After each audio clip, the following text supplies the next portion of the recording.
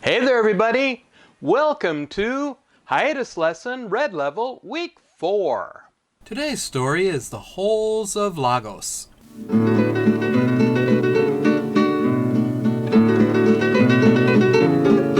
The Holes of Lagos, retold by M.A. Jagendorf and R.S. Boggs. In many countries, people tell of a make-believe town, a foolish town full of foolish people. In Finland, for example, the town is Holmola. In Poland, it is Helm. And in Mexico, it is Lagos. Lagos? Where is Lagos?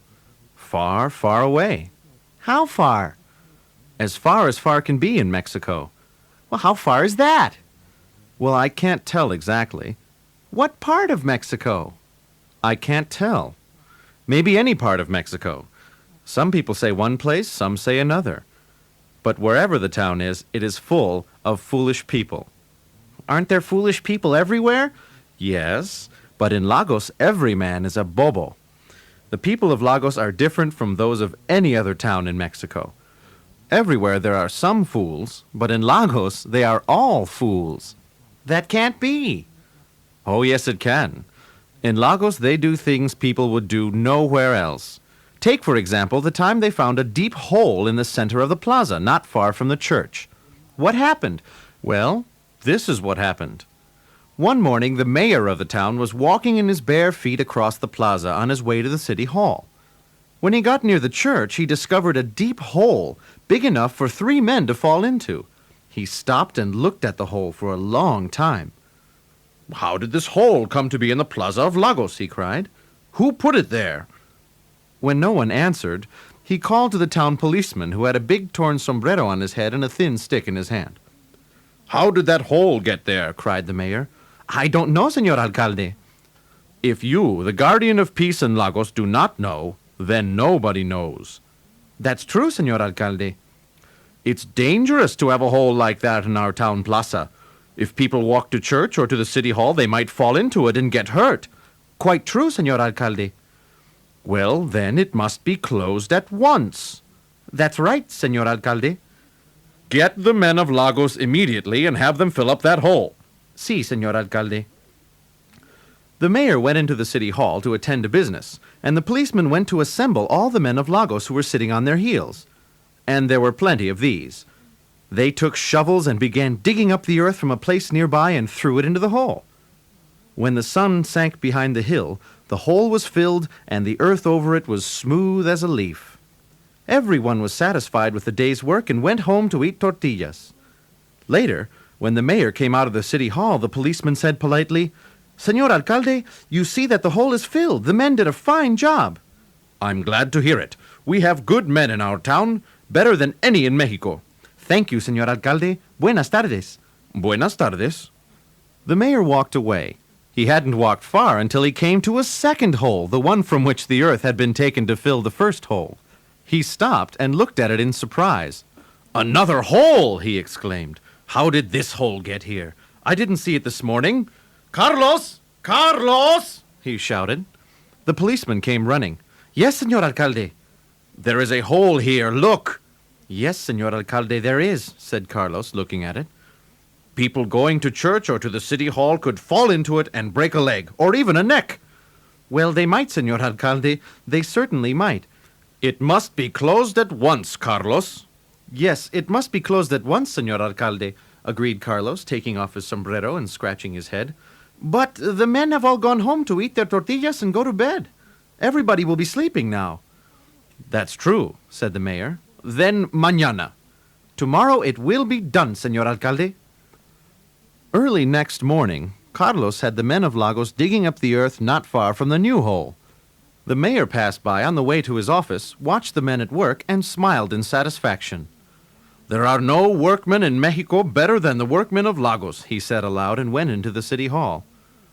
The men all heard what he said and were pleased, and they continued their work with greater zeal. Soon the second hole was filled, and the earth smoothed down. At the setting of the sun, the mayor came by and saw the hole filled and the ground over it as smooth as a church floor. "Carlos, that is good work." The men of Lagos are good workers, Senor Alcalde, agreed Carlos. The mayor walked on, but he hadn't walked far when he came to a new hole. Caramba! Holes grow in Lagos like weeds in a corn patch. How did this hole come to be here? Carlos! Carlos! Carlos came running. What's happened, Senor Alcalde? There's another hole here in the ground. Look! Carlos looked. Yes, Senor Alcalde, there is another hole in the ground. It must be filled. Yes, it must be filled, Senor Alcalde. People crossing the plaza might fall into it and break a leg. They might indeed break a leg, Senor Alcalde, said Carlos. Fill it at once. Carlos removed his sombrero and scratched his head. The men have all gone home to eat their tortillas, and soon they'll be asleep. True, said the mayor. Quite true. Well then, mañana.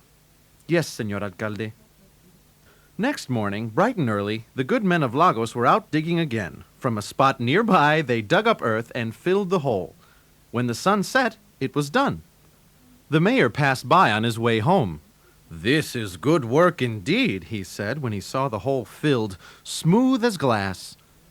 What excellent workers these men of Lagos are. There are none finer in all Mexico. That's true, Senor Alcalde, Carlos agreed. The mayor continued on his way and soon came to a new hole. Caramba, he cried. A new hole! There is a curse of holes on our town. Some evil spirit has wished them on us. Carlos! Carlos! Carlos came running. There is a new hole, see? So there is, Senor Alcalde. It must be filled. At once. But the men will be asleep. Then mañana, Carlos. This went on and on. Everyone in Lagos tried to figure out how it happened and why there were so many holes in their town, but they couldn't. They were just that kind of people. So they kept on filling holes by digging new holes until they came to the edge of town. Now the people of the next town had been watching the work of Lagos day by day, laughing and saying nothing. But when the hole was next to their own town, they filled it with things lying around that they had been wanting to bury for a long time. When the mayor of Lagos saw the last hole filled and could not find another, he was very happy and said, "The men of Lagos never give up a job until it is finished." The men of Lagos were happy too, for they said that they were getting a little tired of so much digging every day. So everyone was happy, and there were no more holes in Lagos.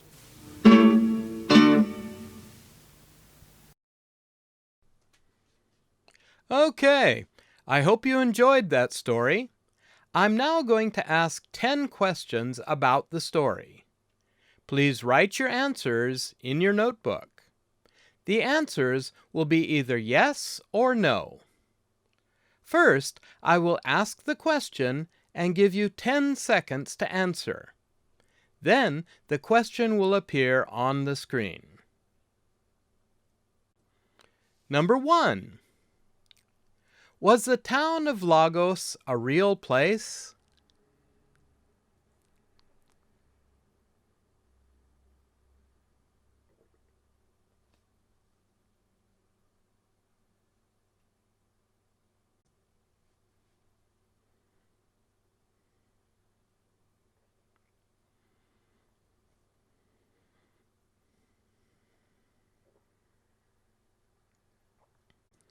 Two.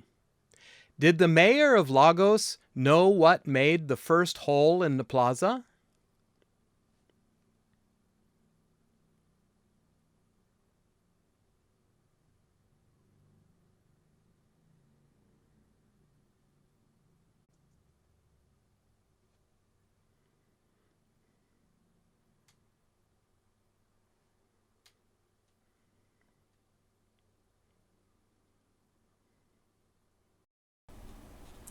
Number 3. Were the mayor and the policeman worried when they saw the holes?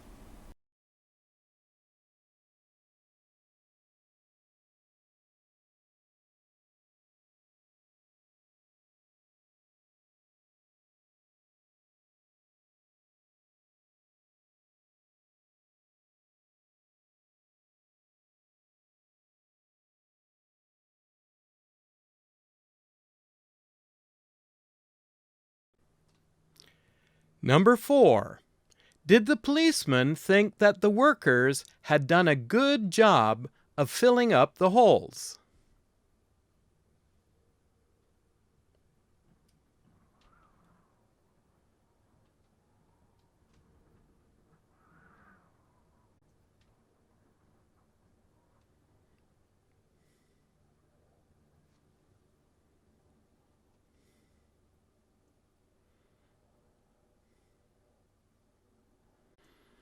Number 5. Did the workers dig a new hole in order to fill up the first hole?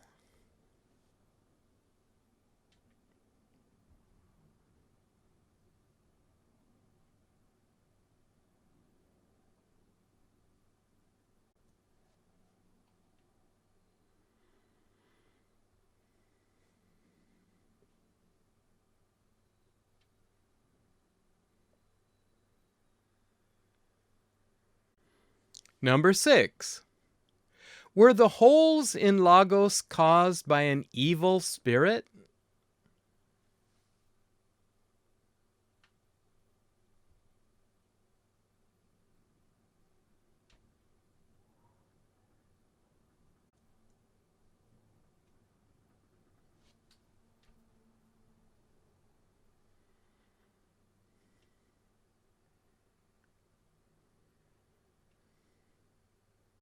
Number 7.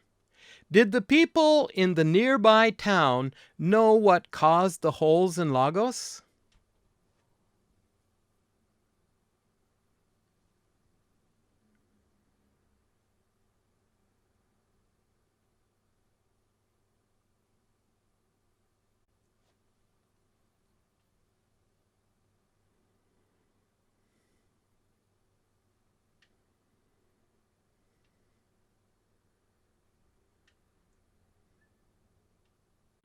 Number 8. Were the people in the nearby town upset about the holes in Lagos?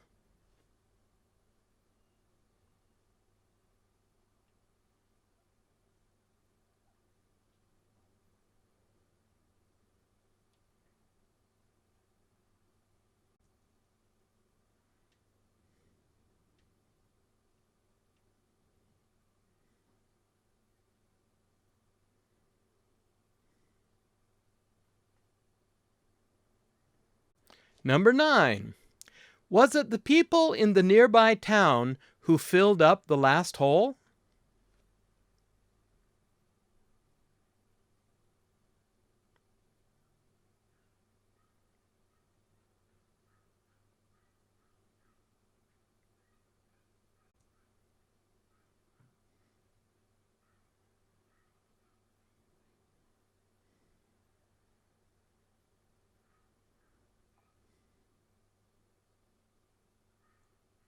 Number 10. Was the mayor of Lagos happy when he saw that the last hole was filled?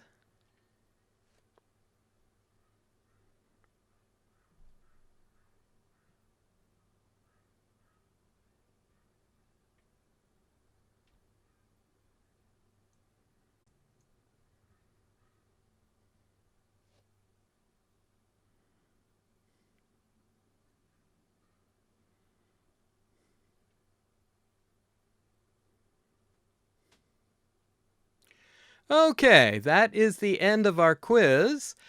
Take a few minutes to look over your answers, and then I will show you the correct answers. Here they are.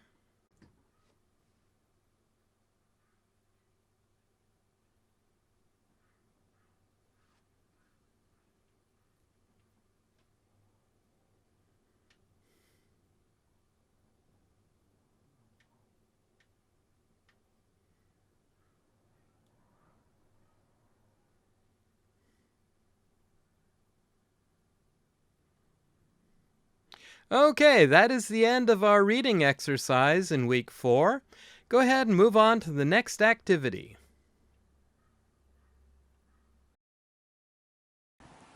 Okay, our final activity today is describing people. Okay, if you had to tell someone what another person looked like, how would you do it? Well, today we're going to learn how. Enjoy! Welcome to Hiatus Lesson Red Level Week 4. Today, our topic is describing people. When we describe people, we can consider 4 phases. The first and most general phase is describing a person's size, shape, and age. We can talk about how tall they are, their build, that is, how thin or fat they are, and their age.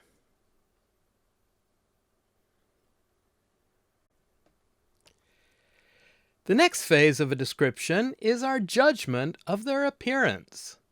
This is where we comment on how attractive or unattractive the person is. The next phase of a description would be describing the person's face, hair, and eyes.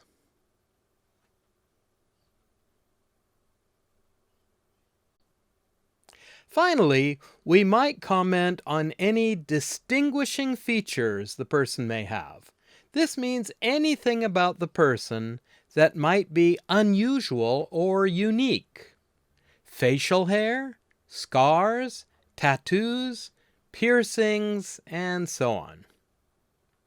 Now, which of these phases we include in our description really depends on the purpose of the description. For example, if your friend asks you to pick up her brother at the station, and you have never met this brother before, you will need a description. In this case, his general appearance, height and weight, along with hair color and length, and any facial hair, is probably good enough. If you are telling your friend about your new boyfriend, then you will probably include a judgment on his appearance. Hopefully, he's very handsome. And if you are describing the person who stole your bag to the police, you will need to give a much more detailed description, including all 4 of the phases. Okay, let's look at our first general description, height. You have 3 categories: tall, medium height, and short. Other words you can use to describe a tall person include big, lanky, and for tall girls, statuesque. For describing short people, we can also say little, tiny for very short, and petite for short girls. Medium-sized people only have 2 phrases, medium height and average height. If you need to be more detailed, for example, if you were describing someone to the police, you might estimate the person's height in centimeters or feet and inches. A tall person might be about 185 centimeters tall, or about 6'3". We can say either 6'3" or 6'3". Don't say 6 feet 3. Remember, 1 foot is 30 centimeters, and 1 inch is 2.5 centimeters. So 6'3" would be about 188 centimeters. Also notice that we usually can't tell exactly how tall a person is, so we use about or around to indicate it is a rough estimate. Next, we're going to talk about a person's build. Build means the general shape of a person's body. You have to be a bit careful in describing a person's build to the person himself. People can feel insulted if you use the wrong word, especially if the person has a bit of a complex about how thin or fat they are. To say to someone, "You are very fat," will almost always hurt that person's feelings. There was a time when thin was considered an insulting word, but these days I think most women would be happy to be called thin. Calling a person skinny, though, could be bad. That means too thin. Other words we can use include slender, slim, lithe for girls, and slight for very thin girls.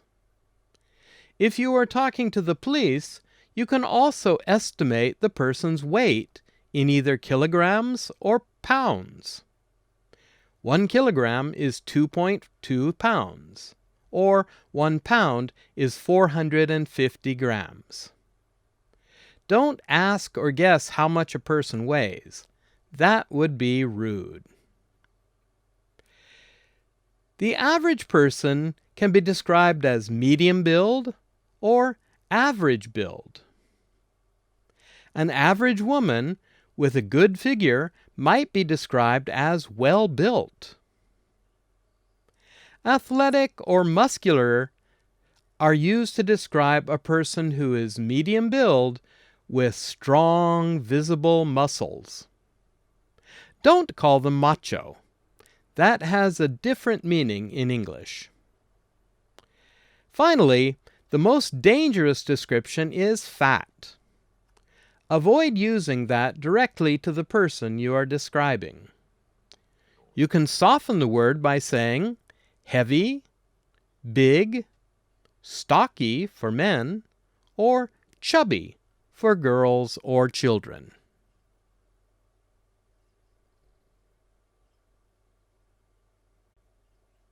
Finally, describing age. We don't often use this category for describing people who are in our own age range. But if you are describing your boss or your neighbor, or again, if you were talking to the police, you can divide people into 3 groups: young, middle-aged, and old.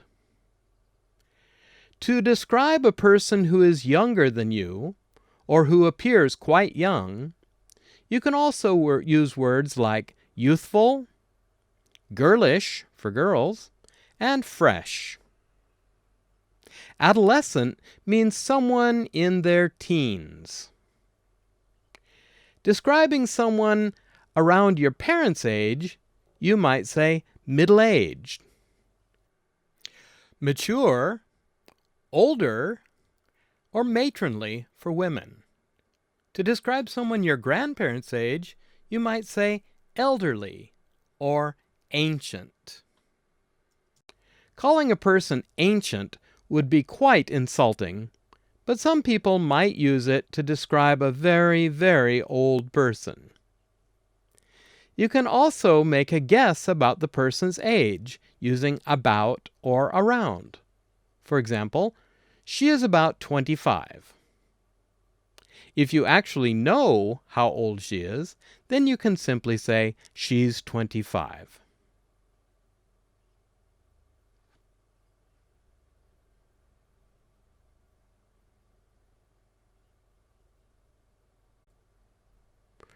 Remember that when using any of these words to describe people, you can adjust the strength of the adjective by using adverbs like very, terribly, extremely, pretty, kind of, a little bit, or a bit.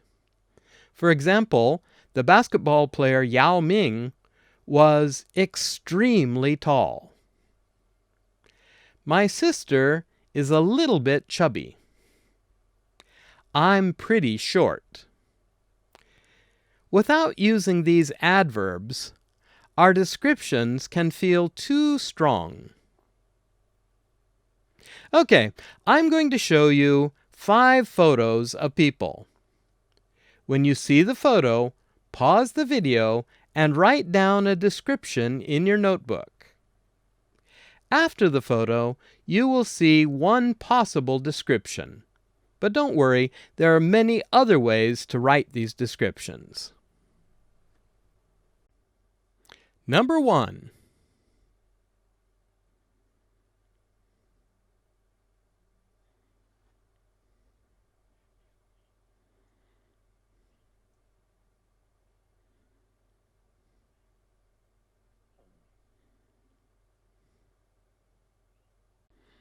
One possible description might be, she's very tall and thin.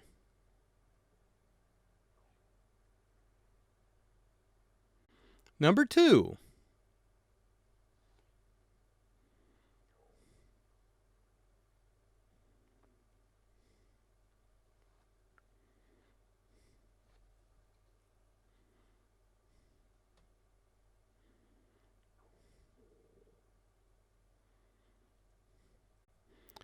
You might describe him by saying, he is stocky.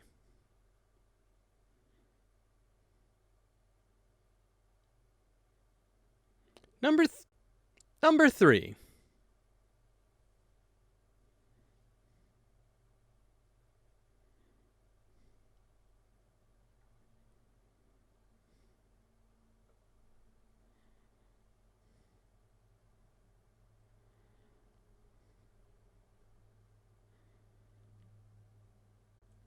Okay, we might describe her by saying she is quite tall and well built. For the man, he is very short and slim. Number 4.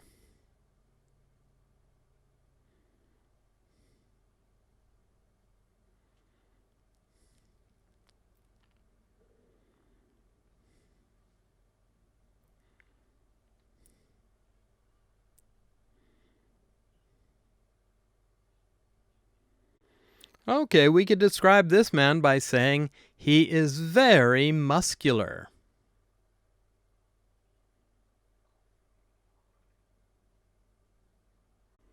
Number 5.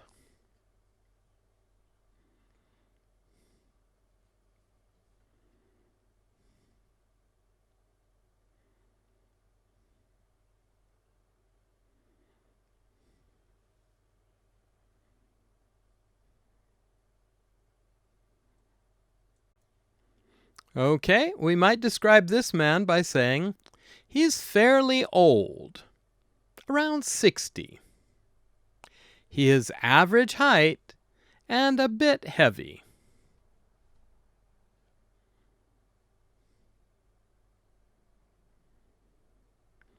Okay, that is it. We will continue next week to work on describing people. We'll move on to phase number 2. Okay, that concludes Hiatus Lesson Red Level Week 4. We hope that we will see you all next Thursday in the classroom. Until then, have fun, stay safe, and we'll see you then. Bye-bye.